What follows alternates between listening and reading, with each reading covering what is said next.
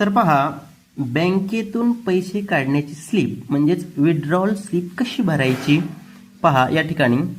तर पहा, इथे दिनांक आहे म्हणून दिनांक टाकून घ्यायचा. ज्या तारखेला तुम्ही पैसे काढणार आहात तो दिनांक, उदाहरणार्थ समजा 22/12/2025. तर या ठिकाणी पहा, शाखा ब्रँच, तुम्ही ज्या बँकेतून पैसे काढणार आहात त्या तिथली शाखा लिहा. उदाहरणार्थ अंबड, जी पण शाखा असेल तुमची ती लिहा. इथं आहे खाता धारक का नाम, म्हणजे इथं तुमचं नाव लिहायचं आहे. बघा इथं उदाहरणार्थ गणेश बळीराम सेंडगे. आता हे कोणाचंही नाव जर योगायोगाने आलं तर तो योगायोग समजावा. मी काही कोणाचं नाव लिहिलेलं नाही पहा.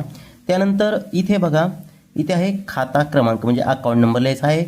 उदाहरणार्थ जो पण असेल 622 40 48 36 49, जो तुमचा अकाउंट नंबर आहे तुमचा अकाउंट नंबर त्या ठिकाणी लिहायचा आहे. आता इथे पहा, कृपया केवल मुझे हमें भुगतान करे.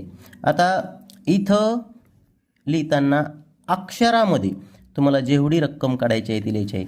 तर उदाहरणार्थ तुम्हाला जर 20,000 रुपये काढायचे असतील तर इथं लिहायचं 20,000 रुपये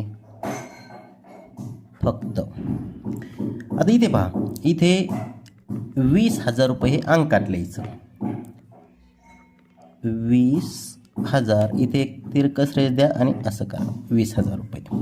आता इथे पहा, मोबाईल नंबर, तुमचा जो पण मोबाईल नंबर असेल तो इथं लिहा.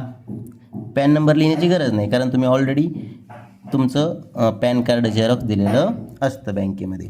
आता इथे खाताधारक का हस्ताक्षर, म्हणजे तुमची सही इथं करायची आहे.